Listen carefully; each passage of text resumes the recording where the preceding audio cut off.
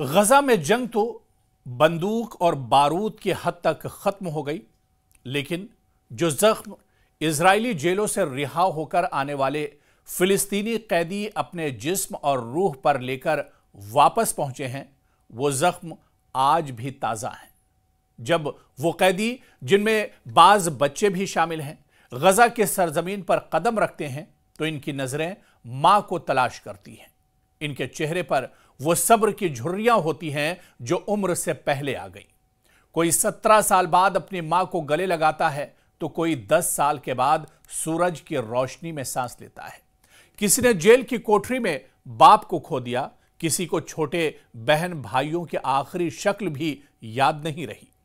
इनकी कहानियां कोई अफसाने नहीं हैं, बल्कि वो सच्चाइयां हैं जिन्हें सुनकर कलेजा मुंह को आता है। आइए इनमें से चंद की रुदाद हम आपको सुनाते हैं, क्योंकि यह सिर्फ उनकी कहानी नहीं बल्कि पूरी इंसानियत के ज़मीर का इम्तिहान है। सबसे पहले बात करते हैं इजराइल के कैद में 18 साल रहे नजाल अबू बकर की। 18 साल तवील तन्हाई के कैद में गुजारने के बाद फिलिस्तीनी कैदी नजाल अबू बकर को इजरायली जेलों से रिहा कर दिया गया है। यह रिहाई कैदियों के तबादले के मुआहदे के तहत अमल में आई है। तकरीबन 2 दहाइयों तक, जी हां, पूरे 18 साल उसने कोई चेहरा नहीं देखा, कोई आवाज नहीं सुनी और अपनी कोठरी की दीवारों से बाहर की जिंदगी के बारे में कुछ नहीं जाना। आज वो वापस इस दुनिया में कदम रखता है और वो भी जिंदा। उसे अब भरोसा नहीं हो रहा है कि वो जिंदा एक बार फिर से अपने मुल्क, अपनी सरजमीन पर वापस लौटा है। नजाल अबू बकर का ताल्लुक दरअसल मकबूजा गरब उर्दन यानी वेस्ट बैंक के इलाके बैत-ए-लहम से है। वो एक सरगर्म सियासी कारकुन और सहाफी भी रहे हैं और इन पर इजरायली हुकाम की जानिब से इंतजामी हिरासत यानी एडमिनिस्ट्रेटिव डिटेंशन के तहत 12 बगैर मुकदमे के कैद में रखा गया। नजाल अबू बकर की जिंदगी का बड़ा हिस्सा जेल में ही गुजरा है, लेकिन जिस बात ने सबको चौंका दिया वो ये थी कि इनमें से 18 साल मुकम्मल तौर पर तन्हाई की कोठरी में गुजारे गए। इन्हें किसी दूसरे कैदी से मिलने की इजाजत नहीं थी, यानी इन्हें किसी दूसरे कैदी से मिलने तक नहीं दिया गया। न कोई अखबार, न रेडियो, न किसी अपने की आवाज, सिर्फ और सिर्फ तन्हाई, सिर्फ और सिर्फ अंधेरा। और ऐसे में माहिरीन नफ्सियात के मुताबिक तवील तन्हाई इंसान की जहनी हालत को मुकम्मल तौर पर तोड़ देती है और शख्सियत बिखर जाती है। वक्त और जगह का एहसास खोना, जहनी दबाव, डिप्रेशन और यहां तक कि खुदकुशी के ख्यालात भी लोगों के जहनों में उभरने लगते हैं। लेकिन नजाल अबू बकर ये सब सहकर आज भी जिंदा हैं और ये उनकी गैरमामूली कुव्वत इरादी की दरअसल गवाही है। रिहाई के फौरन बाद अबू बकर ने कहा कि मैंने जिस्मानी कैद काटी, लेकिन मेरा ज़मीर कभी कैद नहीं हुआ। मैं अपनी कौम के लिए आवाज बुलंद करता रहूंगा, चाहे कुछ भी हो जाए। तो आप देखिए कि इस तरह की एक नहीं, 2 नहीं, बल्कि सैकड़ों कहानियां गजा के अंदर हैं।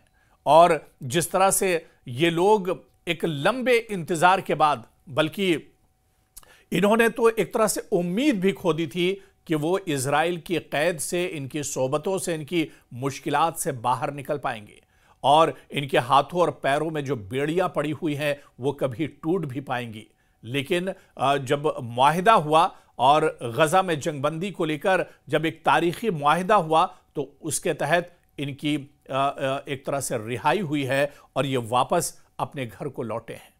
और ये सिर्फ 1-2 लोग नहीं है, बल्कि ये दास्तान हर किसी कैदी की है जो इजराइल की कैद में रहे हैं, जो इजराइल की जेलों में रहे हैं, जहां पर इनके ऊपर मुसीबतों के पहाड़ तोड़े गए हैं। और इसी तरह से अगर बात करें, फिलिस्तीनी कैदियों और इनके अहल खाना ने इजरायली जेलों में इंसानी हुकूक की संगीन खिलाफ वर्जियों और बदसलूकी के बारे में दुहाई दी है। इनका कहना है कि कैद में वो कसाई खाने यानी स्लॉटर हाउस जैसी जगह पर रह रहे थे, जहां इन्हें जिस्मानी और जहनी अजियतें दी जाती थी। फिलिस्तीनी कैदियों ने बाकायदा दावा किया है और उन्होंने अपनी रुदाद और अपनी आपबीती बताई है। उन्होंने अपने शब-ओ-रोज़, जो हालांकि कैद और कोठरी में पता नहीं चलते थे कि कब सुबह हुई और कब रात हो गई, कब शाम आई और कब दोपहर हो गई, कब सूरज निकला और कब सूरज डूब गया, इसका भी अंदाजा उस कोठरी में नहीं होता था। वहां पर फिलिस्तीनी कैदियों ने बाकायदा यह रुदात सुनाई है कि उन्हें जेलों में बहुत सख्त तशद्दुद का निशाना बनाया जाता था। इन्हें बंद कमरों में कैद कर कर रखा जाता था, जहां रोशनी न होने के बराबर होती है और हवा की कमी होती थी। कई कैदियों को बगैर किसी जुर्म के इंतजामी हिरासत में रखा जाता था, यानी बगैर मुकदमा चलाए कई महीने या सालों तक जेल में इन्हें सड़ा दिया जाता था, इन्हें बंद करके रखा जाता था और इनका गुनाह कोई नहीं होता था। फिलिस्तीनी कैदियों ने बताया कि इन्हें तशद्दुद, गाली गलौज और जिस्मानी मारपीट का सामना भी करना पड़ा। बहुत से कैदियों ने जिस नफ्सियाती दबाव, तन्हाई की कोठरी में रखा जाना और नींद के हक से महरूम किए जाने की शिकायत भी की है। यानी अगर आप सोना भी चाहते हैं तो सोने नहीं दिया जाता था। आप भूख, जो कैदी होते थे उन्हें भूख प्यास की हालत में ही छोड़ दिया जाता था। और जिस तरह से निज़ाल अबू बकर ने अपनी दास्तान सुनाई है, ऐसे में रोंगटे खड़े हो जाएंगे कि 18 साल तक उन्होंने धूप नहीं देखी, 18 साल तक उन्होंने रोशनी नहीं देखी, 18 साल तक उन्होंने किसी की आवाज़ नहीं सुनी। तो इस तरह का जुल्म एक तरह से इजराइल के कैद में फिलिस्तीनी कैदियों के साथ किया जाता था। कैदियों की कहानियां सुनकर दिल खून के आंसू रोता है। वो छोटे बच्चे जो महज एहतजाज में शामिल होने की सजा पा रहे हैं, माँ बाप जिन्हें अपने बेटों और बेटियों की बाजियाबी की कोई खबर नहीं, वो जो जवान जो अपनी जिंदगी के बेहतरीन साल जेल की दीवारों के अंदर गुजार कर अब एक तरह से वापस लौटे हैं। और एक उम्मीद के बाद, क्योंकि इनकी उम्मीदें टूट चुकी थीं, जिस तरह के मजालिम किए जा रहे थे, यानी इन्हें हर रोज जेल के अंदर मौत दी जाती थी और हर रोज इन्हें एक तरह से जिंदा किया जाता था। तो इस तरह के मजालिम के पहाड़ तोड़े गए हैं। और यह दास्तान सिर्फ एक दो कैदी की नहीं है, यह दास्तान सिर्फ निज़ाल अबू बकर की नहीं है, यह दास्तान उस हर फिलिस्तीनी की है जो इजराइल इंतजामिया, वहां की सरकार और IDF के हत्थे चढ़ गया और जिन्हें कैद हो गई और जिन्हें जेलों में एक तरह से ठूंस दिया गया और डाल दिया गया।